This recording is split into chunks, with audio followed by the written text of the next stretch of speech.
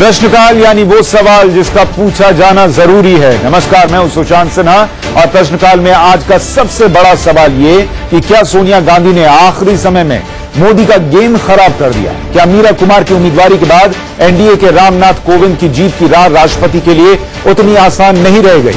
लेकिन सवाल इतना भर नहीं है। प्रश्नकाल में हम आपको यह समझाने की कोशिश भी करेंगे कि क्यों विपक्ष ने मीरा कुमार को आखिरी वक्त पर उम्मीदवार बनाया और कैसे ये लड़ाई राष्ट्रपति पद के लिए कम बल्कि 2019 के लिए ज्यादा हो गई। इसके अलावा भी कई सवाल हैं, जैसे क्या नीतीश लालू की जोड़ी राष्ट्रपति चुनाव के बाद टूट जाएगी? क्या राष्ट्रपति चुनाव के बाद एनडीए में नए दल जुड़ने वाले हैं? कई सवाल हैं, लेकिन पहले देखिए कि आज हुआ क्या क्या।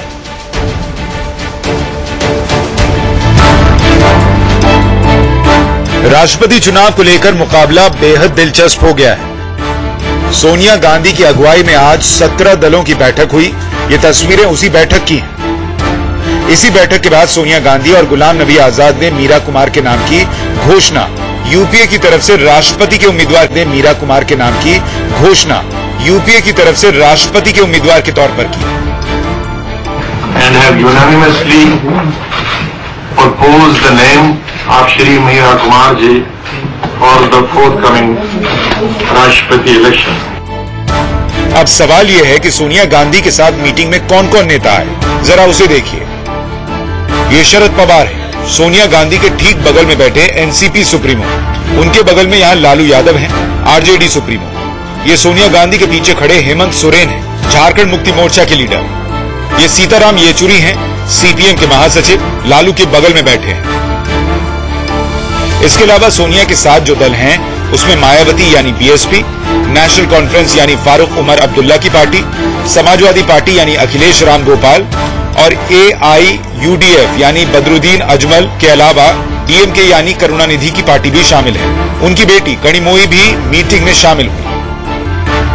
कुल मिलाकर 17 पार्टियां एकजुट हुई हैं और मोदी सरकार के 3 साल के दौरान पहली बार किसी मुद्दे पर विपक्ष इस तरह एकजुट हुआ है।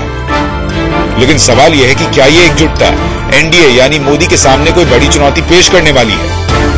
क्या नीतीश का मन बदल जाएगा? नवीन पटनायक पाला बदल लेंगे? केसीआर दोबारा सोचेंगे क्या? एआईएडीएमके पर सोनिया की अपील का असर होगा? क्या चुनाव में खुलकर क्रॉस वोटिंग होगी? कई सवाल हैं, जिसमें सबसे बड़ा सवाल है कि अब अगला राष्ट्रपति कौन होगा। आपने तमाम सवाल सुने, लेकिन इन सवालों के जवाब क्या हैं, जरा उस पर आते हैं। बारी बारी से आपको समझाते हैं। सबसे पहले ये देखिए कि जो 17 विपक्षी दल आज सोनिया गांधी के साथ थे, वो थे कौन कौन और उनके पास वोट कितने हैं, ये आपको समझाने की कोशिश करते हैं ताकि पता चले ये पूरा राष्ट्रपति चुनाव जा किस तरफ रहा है। जो 17 दल आज मिले थे, उनमें इंडियन नेशनल कांग्रेस यानी कांग्रेस पार्टी थी, उसके पास 1,61,478 वोट हैं। इसको आप यूपीए भी कह सकते हैं। टीएमसी, उनके पास 63,847 वोट है, ममता बनर्जी की पार्टी। सीपीएम लेफ्ट पार्टी का एक हिस्सा 27,069 वोट उनके पास। लालू यादव की पार्टी आरजेडी 18,796 वोट उनके पास है। इसके अलावा डीएमके वहां पहुंची थी, उनके पास 18,352 वोट है। समाजवादी पार्टी के पास 26,060 वोट, एनसीपी के पास 15,857 वोट, मायावती की पार्टी बीएसपी, उसके पास 8,200 वोट है मात्र। जेडीएस की बात करें, उनके पास 7,820, सीपीआई के पास 4,701 वोट, आईयूएमएल के पास 4,328 वोट और आईएनएलडी के पास 4,252 वोट। इसके अलावा जो और पार्टियां आज विपक्षी दल की इस बैठक में शामिल थी, उसमें एयूडीएफ 3,632 वोट के साथ, जेकेएनसी 1,788 वोट के साथ, आरएसपी 628 वोट के साथ और सीपीआईएम 176 वोट के साथ थी। केरल कांग्रेस के वोटों की स्थिति अभी साफ नहीं है, उनके पास ज्यादा वोट नहीं है, इतना तो साफ है। यानी अगर इन 17 पार्टियों को आप एक साथ मिला दीजिए, जो आज एक साथ इस मंच पर मौजूद थी, तो क्या स्थिति बनती है वो देखिए। आपको दिखाने की कोशिश करते हैं कि 17 पार्टियों का जो ये विपक्ष तैयार हुआ है, उसके पास कुल वोट कितने पहुंचते हैं और वो कुल वोट जो है वो करीब करीब 3,79,300। ये अभी की हालत हम आपको बता रहे हैं। 17 पार्टियों को मिलाकर 3,79,300 वोट बनते हैं। अब सवाल यह है कि मीरा कुमार को इन 17 पार्टियों का समर्थन तो है, लेकिन राष्ट्रपति बनना है उन्हें, तो उन्हें कितने वोट चाहिए? उन्हें चाहिए 5,52,273 वोट, 3,70,000 उधर और ये 5,52,273, यानी अंतर कितना बैठता है। मीरा कुमार की दावेदारी अभी कितने वोटों से पीछे रह रही है वो आप समझिए। कुल वोट चाहिए 5,52,027 वोट राष्ट्रपति बनने के लिए। 17 पार्टियों को आप मिला दीजिए 3,79,300 वोट, यानी 1,72,973 वोट अभी कम पड़ रहे हैं मीरा कुमार के पास राष्ट्रपति की कुर्सी पर बैठने के लिए। अब ये वोट कहां से आएंगे? 1,72,973 आ सकते हैं। उसको आपको दिखाते हैं कि गेम चेंजर कौन है और वो गेम चेंजर किसके पक्ष में जा सकते हैं और उनके पास कितने वोट हैं। AIADMK एक पार्टी है जो गेम चेंजर हो सकती है, 59,224 वोट उनके पास हैं, लेकिन वो पहले ही रामनाथ कोविंद के लिए हां बोल चुके हैं। बीजू जनता दल जो नवीन पटनायक की पार्टी है, उनके पास 32,892 वोट हैं, वो मीरा को ना कह रहे हैं, कोविंद को हां कह रहे हैं, यानी साफ है कि वो भी एनडीए कैंडिडेट के साथ जाएंगे। यहां भी मीरा कुमार के हाथ कुछ नहीं लगा। जेडीयू जिनसे बहुत उम्मीद थी, नीतीश कुमार की पार्टी, 20,935 वोट उनके पास हैं, लेकिन वो अपने ही राज्य से आने वाली मीरा कुमार के साथ ना जाकर कोविंद के लिए पहले ही हां कह चुके हैं। बड़ा झटका है ये विपक्ष के लिए। टीआरएस तेलंगाना राष्ट्र समिति, इनके पास 22,048 वोट हैं, लेकिन ये भी मीरा कुमार को छोड़कर कोविंद के लिए पहले ही हां कह चुके हैं। अगर आप वाईएसआर कांग्रेस को मिला देंगे तो 16,848 वोट इनके पास हैं, लेकिन ये अभी तक कोविंद के साथ हैं। आगे क्या होगा यह हमें नहीं पता। और केजरीवाल की आम आदमी पार्टी के पास 9,038 वोट है। इनकी स्थिति साफ नहीं है, क्योंकि एनडीए जब वोट के लिए जा रही थी सबके पास, तो वो आपके पास गई नहीं और विपक्ष ने आज बैठक में आपको बुलाया नहीं, तो आप किधर जाएगी ये अभी साफ नहीं है। ऐसे में अगर आप ये सारे गेम चेंजर को मिला दें तो क्या स्थिति बनती है, कितने वोट बनते हैं आप देखिए। 17 पार्टियों का वोट अगर मीरा कुमार के लिए आप मिला दें, 3,79,300 हमने आपको बताया था।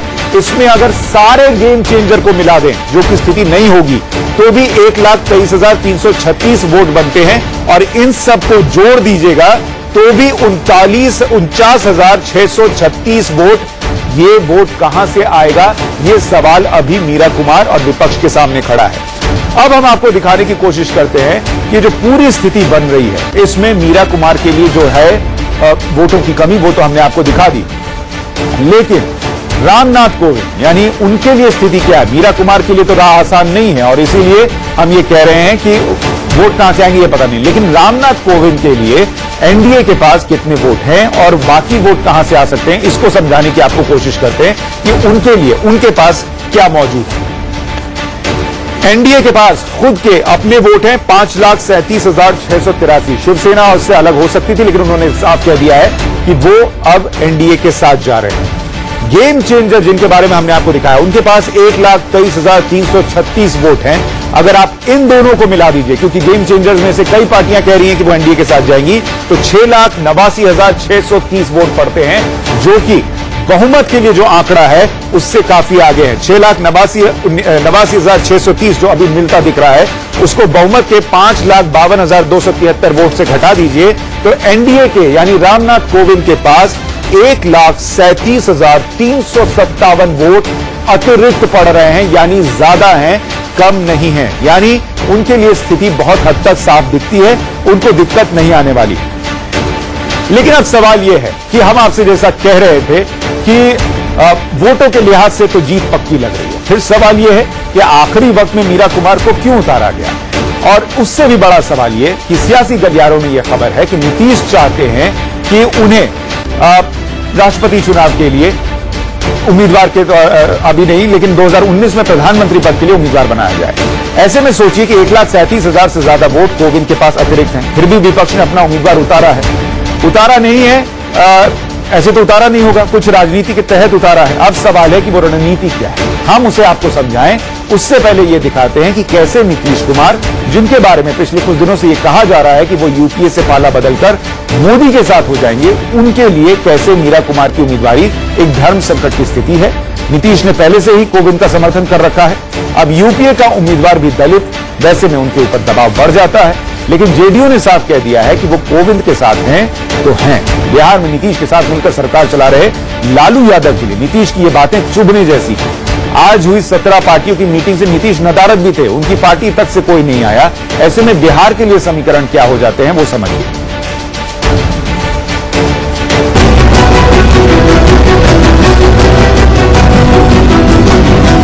इस बैठक में जेडीयू शामिल नहीं हुई। नीतीश कुमार की पार्टी ने एक दिन पहले ही रामनाथ कोविंद को समर्थन का ऐलान कर दिया था। आज लालू कभी नीतीश को नसीहत देते दिखे तो कभी उसूलों से समझौता करने का ताना मारते।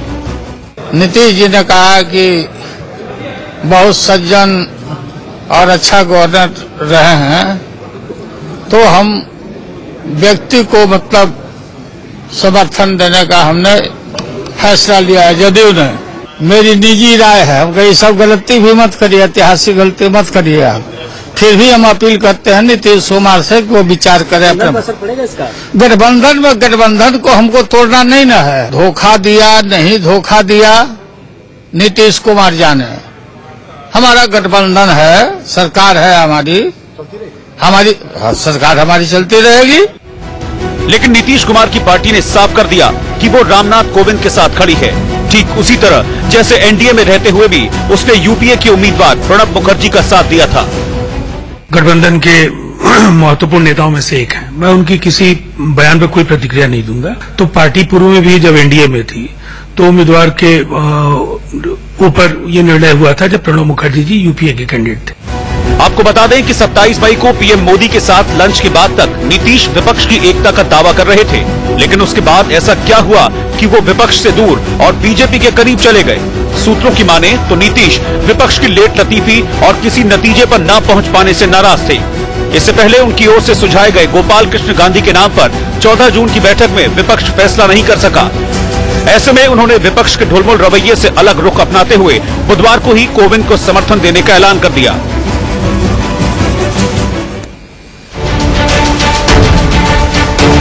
चुनाव राष्ट्रपति पद का है, लेकिन बिहार में भी स्थिति जो है सियासत के लिहाज से वो बदलती दिख रही है।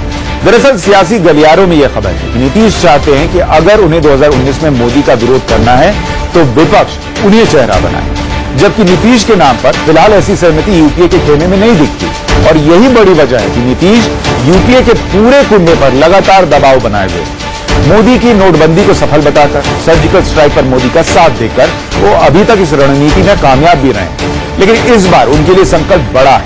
खैर, मैं अब आपको ये बताने जा रहा हूं कि राष्ट्रपति का चुनाव क्यों 2019 का ट्रायल कहा जा रहा है, क्यों दलित वर्सेस दलित हो रहा है और क्यों ये दो दलित चेहरे आमने सामने लाए गए हैं, इसको आप समझिए। क्योंकि मीरा कुमार की हार तो आंकड़ों के हिसाब से लगभग तय दिख रही है। फिर ये लड़ाई क्यों सामने रखी गई, ये 2019 की लड़ाई कैसे है वो देखिए। देश में 28% के करीब आबादी दलितों की है, तो ये दलित वोट बैंक जो है वो इन पार्टियों के लिए बड़ा हो जाता है। 2014 में क्या हुआ था कि मोदी लहर थी और बीजेपी को दलितों के करीब करीब अनुमान है कि 24% वोट दलितों के बीजेपी के पास गए थे, ये अनुमान है। 84 सीटें जो सुरक्षित सीटें हैं लोकसभा की, उनमें से 40 पर बीजेपी जीती थी 2014 में। ऐसे में विपक्ष को लगता है कि अगर बीजेपी का दलित वोट बैंक का आधार मजबूत होता है तो उनके लिए नुकसान है। उत्तर प्रदेश की बात कीजिए, जहां बीजेपी को इस बार विधानसभा में जबरदस्त जीत मिली और लोकसभा में भी शानदार जीत मिली थी, उसमें 17 जो सुरक्षित सीटें थी लोकसभा की, उसमें से सारी की सारी सीटें जो है वो बीजेपी के खाते में गई थी। 2014 की हम बात कर रहे हैं। अब इस सियासत को थोड़ा और आगे जाके समझिए। 2014 के बाद विधानसभा चुनावों में 70 सुरक्षित सीट में से 41 पर बीजेपी जीती थी, यानी जो लहर मोदी की 2014 में इन सुरक्षित सीटों पर बनी थी वो 2017 में जो विधानसभा चुनाव हुए उसमें भी नजर आया। यूपी में 85 सुरक्षित सीट में से 75 एनडीए के पास गई, 69 सीट खुद बीजेपी के पास गई थी 2017 में। तो आप अंदाजा लगा सकते हैं कि कैसे बीजेपी की पैठ जो है वो बढ़ रही है इन वोटर्स के बीच में। मोदी के पीएम रहते सुरक्षित सीटों पर बीजेपी की जीत का स्ट्राइक रेट अगर आप देखेंगे तो वो 88% पर आ जाता है, जो कि इससे पहले बीजेपी के लिए नहीं था। और इसीलिए बीजेपी दलितों को लेकर लगातार बात करती है कि वो उनके साथ खड़ी है, और इसीलिए बीजेपी ने इस बार दलित राष्ट्रपति पद के लिए अब उम्मीदवार भी उतारा। 24% दलित वोटर बीजेपी के साथ, तो 2019 में फिर से मोदी लहर के आसार हो जाएंगे, यानी ये 24% वोट जो है वो बहुत अहम हो जाता है। यूपी बिहार की सीटों की अगर बात करें, 120 सीटें वहां पर हैं, उनमें से 90 सीट पर दलित वोटर बीजेपी के लिए निर्णायक हो सकता है लोकसभा में, अगर यही स्थिति बनी रहती है तो आप समझ सकते हैं कि क्यों अचानक से ये दलित चेहरा जो है वो सामने आया है राष्ट्रपति पद की उम्मीदवारी के लिए। हालांकि मीरा कुमार बेशक प्रशासनिक कामकाज, संसदीय कामकाज को लेकर रामनाथ कोविंद से आगे दिखती हैं और उनका परिवार सियासी बैकग्राउंड का रहा भी है, लेकिन उम्मीदवारी को लेकर कुछ सवाल खड़े किए जा रहे हैं।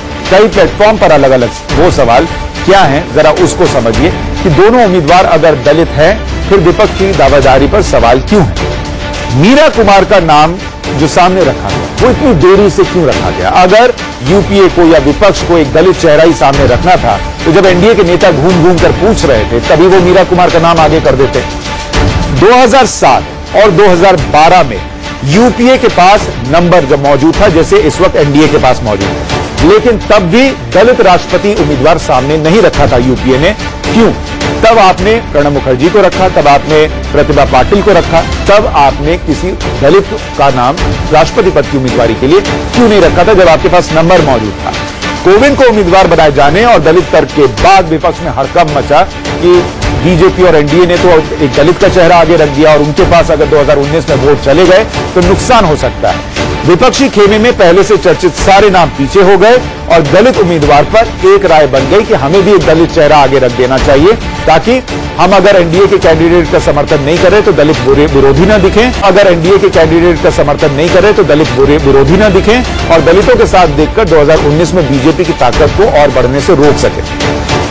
राष्ट्रपति चुनाव में उम्मीदवारी के पीछे हर पार्टी की नजर दलित वोटर पर है, ये इस बार आप समझ लीजिए। किसी को फर्क नहीं पड़ता कि राष्ट्रपति कौन बनने जा रहा है, लेकिन इतना जरूर है कि अगर एनडीए ने एक दलित चेहरा सामने रख दिया तो विपक्ष ने भी एक दलित चेहरा सामने उतार दिया है, हार को सामने देखने के बावजूद, ताकि बीजेपी की रणनीति को तोड़ा जा सके। इस देश में एक चीज याद रखिएगा कि अगर सियासी पुलाव पकती है तो उसमें अल्पसंख्यक वोट और दलित वोट वो तेज पत्ते की तरह होते हैं, जिनको खाने में स्वाद बढ़ाने के लिए डाला तो जरूर जाता है, लेकिन बाद में निकालकर अलग रख दिया जाता है। वरना न तो अल्पसंख्यकों की ऐसी हालत होती, न दलितों की ऐसे होती। सिर्फ राष्ट्रपति दलित या अल्पसंख्यक बनने से स्थिति नहीं बदलती। प्रश्नकाल में आज के लिए इतना ही। नमस्कार।